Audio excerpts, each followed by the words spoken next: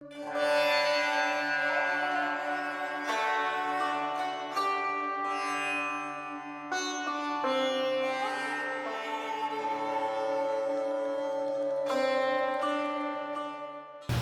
morning, everyone.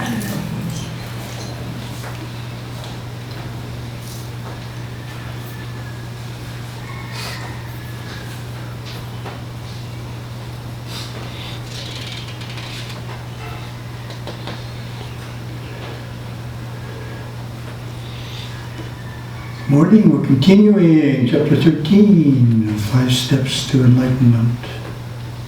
Lesson 90. Going in and coming out. The self is so simple. You have to be so simple to realize the self.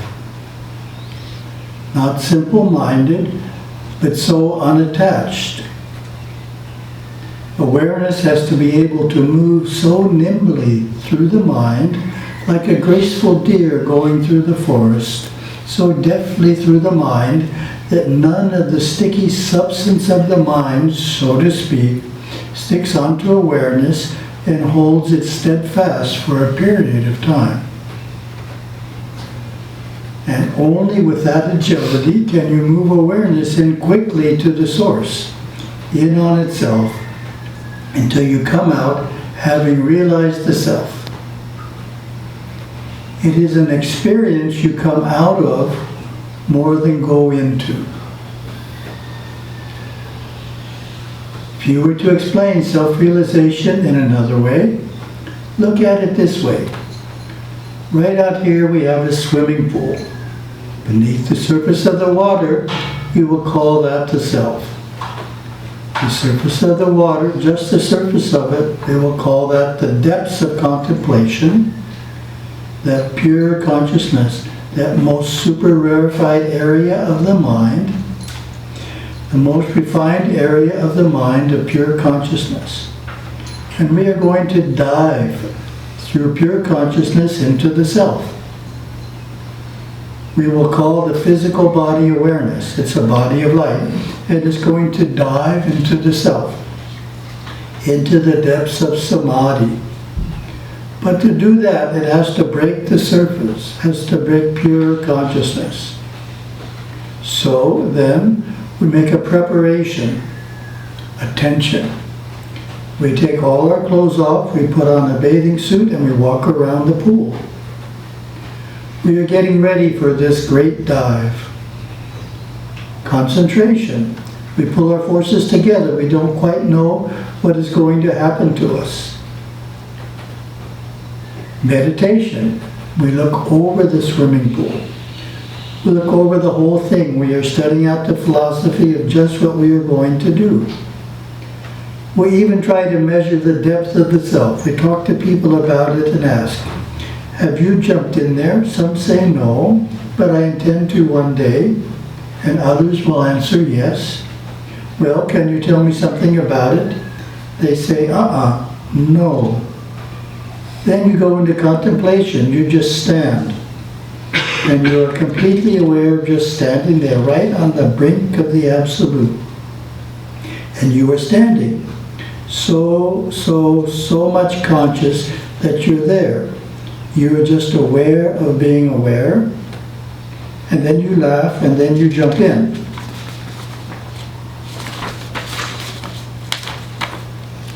As your hands and head go into the water, they disappear. As the body breaks the surface, it disappears. As the legs go in, they disappear. And we are looking at the surface of the swimming pool and don't see you there anymore. You just disappear, the whole body. As you come out of that samadhi, first the hands and head come up and begin to appear again, then the chest, then the entire torso. Then as you climb out from the pool, the legs reappear. And finally the feet appear again. You are just the same as you were before, but you are all clean on the inside.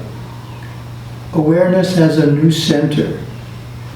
The center is way down in the bottom of there, some place that you can't even talk about. You have realized when you come out that you have realized the self. Before you went in, you knew all sorts of things about it. You could quote 1,000 different things about the self. You knew so much. And when you come out, you don't know anything about it at all. You know you've had a tremendous experience. You have had an inner bath. Then you go back into just enjoying the experience, contemplation. Then you begin to meditate, coming out again on the experience. And there's a vastness in you that awareness can no longer penetrate. It's a tremendous vastness. You just can't penetrate it anymore. You go in and in and in, and then all of a sudden you realize that you have realized the self again. And you go in and in and in, and then all of a sudden you realize that you have realized the self again, and everything is different. You look at the world from the inside out. You look at people from the inside out. You look at a person, and immediately you see how he came along through life. You look at his face, what his mother looks like. You look into his subconscious mind. You see what his home looked like. You see what he was like when he was 10 years old, 14, 20, 25 years old, and now he is 30. And at the same time, you are seeing what he is going to look like when he is 40 years old, and so forth. You see the whole sequence all now. Then you really know, after that deep samadhi, that the mind, in all phases of manifestation, was all finished long ago. It's already complete. Before that, you try to believe in that concept, and it's a vast concept to believe in, because at certain times when awareness is flowing in the external areas of the mind, it certainly doesn't look that way at all. Our perspective is limited.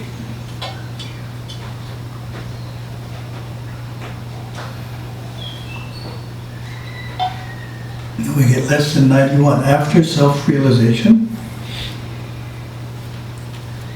after the deep samadhi of self-realization, our perspective couldn't really be called vast. We simply see things the way they are.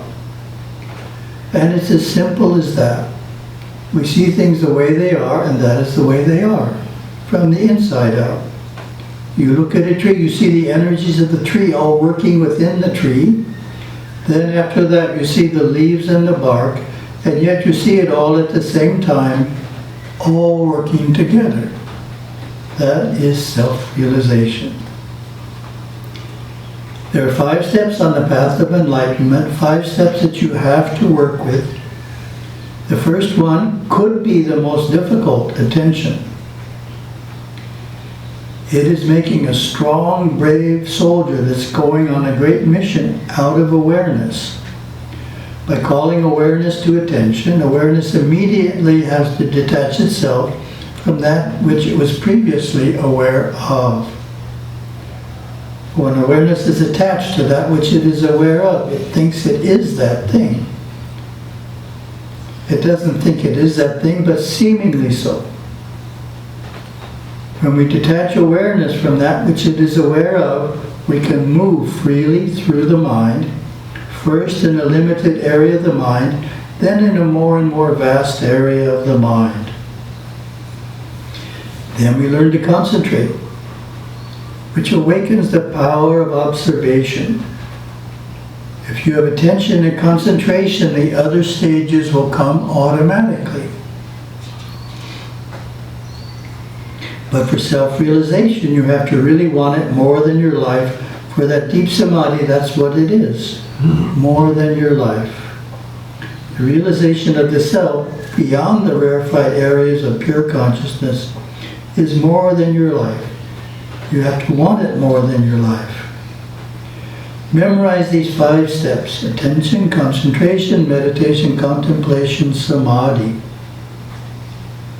Now, there are various stages of samadhi.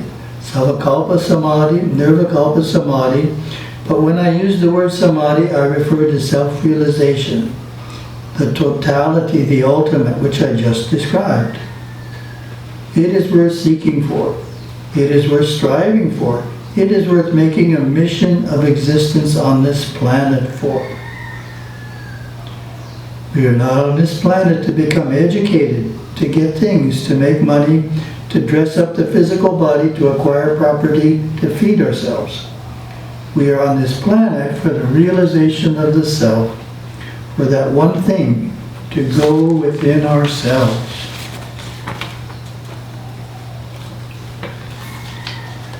That is why we have come to this planet, and we will keep coming back through the process of reincarnation, time and time and time again, until that awareness grows up into a great big ball, where it is strong enough to move through the rarefied areas of the mind.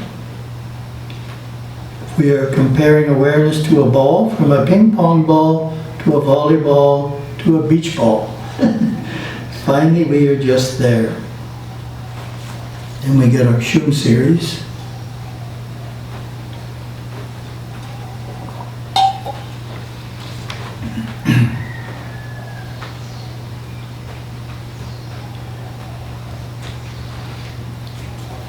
Imvum,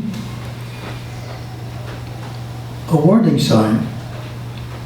Sh imvum, alert, being alert or alerted.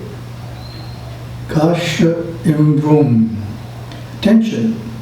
Come to attention or pay attention. Concentrate. Think. Acquire a poised, quiet mind that is under control. Pulling oneself together so that the area of the mind that governs the third dimension of one's life is functioning. Hakashim Vum, alertness in all situations. Then we get an example of using attention. Lim Niya. Visualization of the color blend of rich yellow and bright yellow. The exercise of looking at a color found in nature or in a pigment, and then with eyes closed, visualize what had been seen. This sadhana is done to strengthen the power of attention, concentration, and visualization. Visualization is a vital faculty in the process of creation. There's a whole series of these color attention sadhanas in the Shum lexicon if you've never seen it.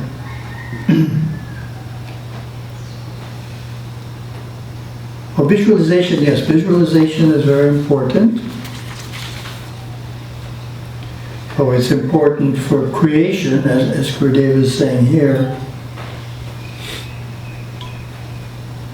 If you're trying to create something, if you're able to visualize it clearly, it helps the process of creation take place.